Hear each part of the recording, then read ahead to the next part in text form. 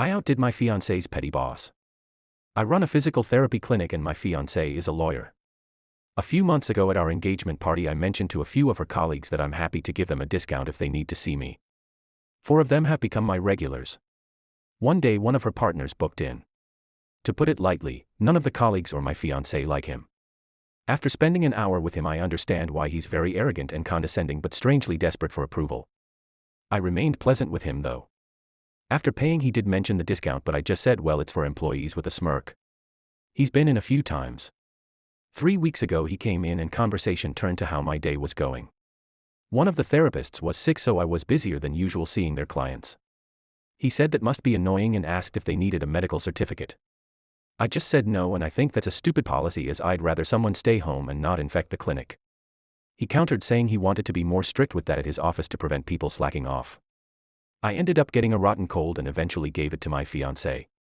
It hit her hard and she ended up working from home Friday. She deteriorated over the weekend and took Monday off. Her boss emailed her this morning saying she'd need a medical certificate, first time that's been enforced. Coincidentally he had a 2 o'clock appointment with me today. So I booked my fiancée in with her doctor at 2 and let him know that I have to cancel his appointment because I have to drive her to the doctor. To be fair she's got vertigo and is pretty lightheaded. I'd get back to him if I had any availability but I'm fully booked for the next 3 weeks. He's messaged both of us saying that the medical isn't necessary. My fiancée said she can't cancel due to late cancellation policy and that it's rude and I just said it's best she go. My roommate kept snoring and refused to address it so I recorded her and played it whenever she tried to rest. I work and live on a cruise ship depending on the route we dock every 2 to 4 days. Have one roommate and we have bunk beds with me on top. I'm a performer so we get to pick our roommates and my roommate never told me that she snored, very loudly too. I tried earplugs nope. I have big over-the-ear headphones and was playing music still can hear her. I can even hear her over the ship docking and our room is near the anchor, it's loud. Her snoring is not only loud it's concerning because she chokes in her sleep too. The first time I heard it I almost fell out my bunk to rush down and check on her thinking she was having some kind of medical emergency. I talked to her to see if we could come up with a solution and she basically shot me down because she thought since she was sleeping fine it wasn't a big deal. Also it's really hard to change roommates unless something major happens, and snoring isn't considered one of those. Despite me voicing my lack of sleep. I did my best to live with it but I was fed up when I got done with a long workday got up at 9 a.m. and didn't get officially done with work till 11 p.m. and had to be up at 6 a.m. and the snoring only allowed me 2 hours of sleep. So I decided to record her. The next day when I was going to the room for a break she was there and said she was gonna take a nap. I was like okay and as she laid down I started playing her snoring. She immediately shot up and looked at me like I was insane. When all I did was stare at her she asked me to turn it off. I just said, well this is you snoring and you said it's not a big deal so why should I? She gets really mad says a few choice words and leaves the room. For about 3 days whenever she tried to rest I played her own snoring back. Finally I got called in for a meeting with our manager because roommate was mad at me. I explained my side of the story, because roommate failed to mention that she refused to address her snoring and made it seem like I was just playing loud noises for the heck of it. Roommate is angry that the manager didn't fully take her side and even told her she was being difficult by not trying to address her snoring and brushing off my need for sleep. We ended up getting moved with new roommates though. Neighbor kept blocking my bike so I made sure his expensive speakers got a workout. I live in an old building in Porto with a tiny ground floor entryway where people store bikes and random stuff. There's maybe 2 meters of space total. My bike lives there. Has for 2 years. Everyone knows this. New neighbor moved in last month, 3rd floor. He bought this massive vintage motorcycle that he's clearly obsessed with. Keeps it covered with this fancy tarp, polishes it constantly. Problem is he started parking it directly in front of my bike. Like wheel to wheel. I'd have to move his motorcycle to get mine out. I left a note asking him to leave space. No response. Asked him in person, he said, there's plenty of room, just go around it. There isn't. This went on for 3 weeks. Every single day I'd have to shift his motorcycle to get my bike out. And it's heavy as hell, I almost dropped it once. Here's the thing though. This guy also has an expensive sound system. I know because he plays music at like 7 a.m. on weekends. Loud music. He's really into American classic rock apparently. Our building has thin walls. And I work from home as a translator, which means I'm home basically all the time. With access to the main door buzzer. So I started buzzing his apartment. Not constantly, just like every time I thought about it. Which turned out to be a lot. 9:30 a.m. on a Tuesday. Buzz. 3 p.m. on Thursday. Buzz. 8 p.m. on Saturday. Buzz. The intercom system in this building is connected to speakers in each apartment. And they're loud. You can't turn them down, it's some ancient system from the 80s. After about 5 days of this, he came down while I was leaving.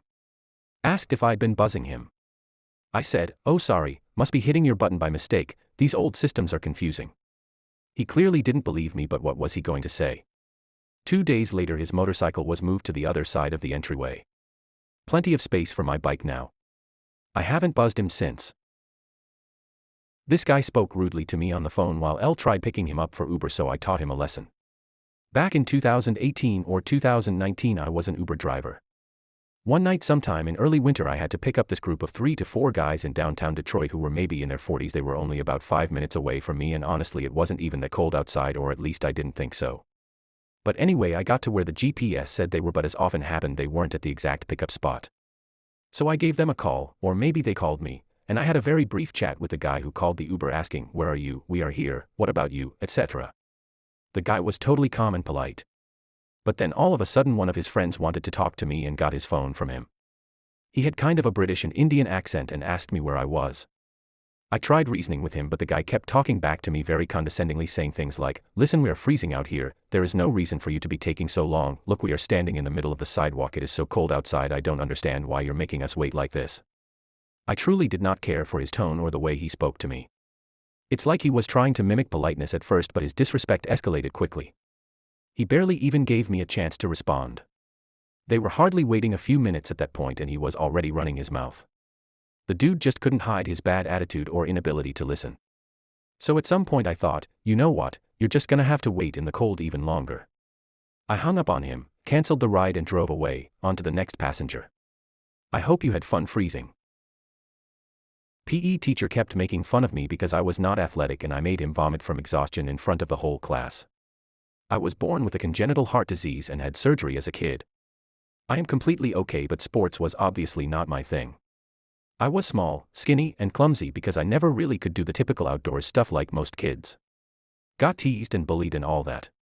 Typical for a geeky kid who doesn't excel with a football. In high school we had a mildly problematic PE teacher, a typical sports dude who would make fun of the slower kids. I still remember how he ordered my overweight friend to do a gymnastics jump from a trampoline over a stool, which he obviously couldn't do, and he fell so hard he cracked his head.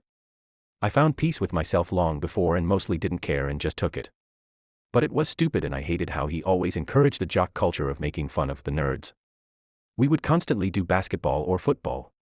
Thing about my specific condition is I don't do explosive and reactive sports at all, so I would have to sit down every few minutes to catch my breath.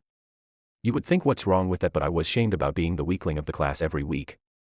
I like sports though a lot. I was just always told by my parents and doctors to take it easy, and growing up I noticed I had no problem whatsoever with endurance and steady long distance efforts.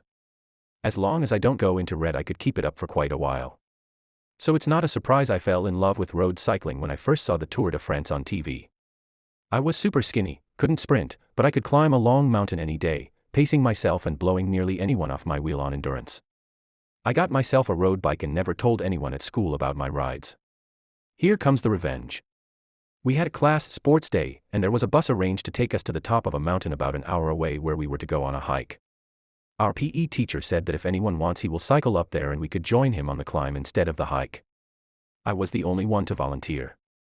He was surprised and commented something to the effect of keeping up and not gonna wait for you, but I insisted. He couldn't know I was more than capable to climb that mountain because he only saw me struggling with sports with him.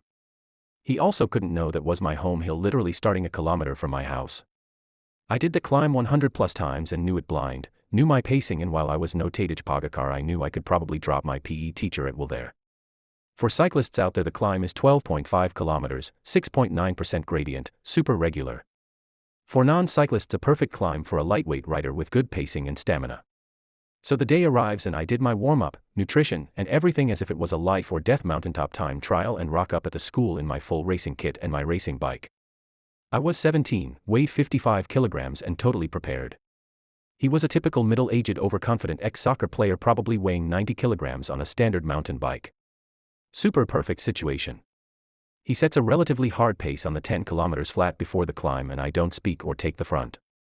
I take my good time to get back on his wheel after intersections, and he probably thinks he will drop me the second we start going uphill. Then the climb starts and it becomes very apparent to me, but not to him, that he is near his limit, but that it's at least 5 kilometers per hour slower than what I could do on that mountain. But I don't attack him. That would not be satisfying. Instead, I start bantering how someone's getting dropped today, and it would be embarrassing if the whole class sees how I beat him, and then I take over the pace and slowly start turning the screw on him. I went only a little faster. Then a bit more. I knew after about 3 kilometers he was in the red. So I ease off, keeping him just slightly over his limit for the next half an hour. I wanted to make him suffer but without dropping him. I let him recover for a tiny bit if he starts looking too bad, but then I would slowly push the tempo up to make it as painful to him as possible. It was Tour de France level mind games. I don't think I've ever enjoyed myself on my bike more.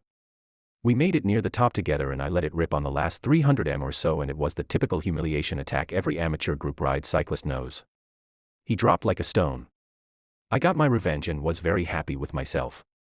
He said something about his heavy bike and I kept my mouth shut. But it got better. On the top he was clearly dead.